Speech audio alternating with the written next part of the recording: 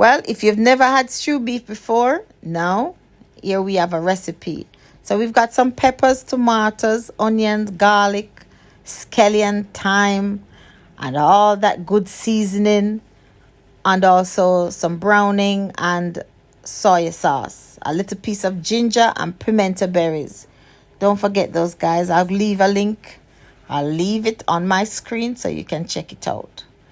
What I've done also, I've sauteed all the meats and add my veggies to it, making sure I've sauteed a little bit more before adding any liquid because we have to keep that temperature. I also had a stock cube, just to thicken up the gravy for later. I add ketchup, a bit of barbecue sauce, some potatoes, carrot, and some more peppers. This was so delicious, really tasty. I'm not a big beef eater, but it was good. Like and follow for more.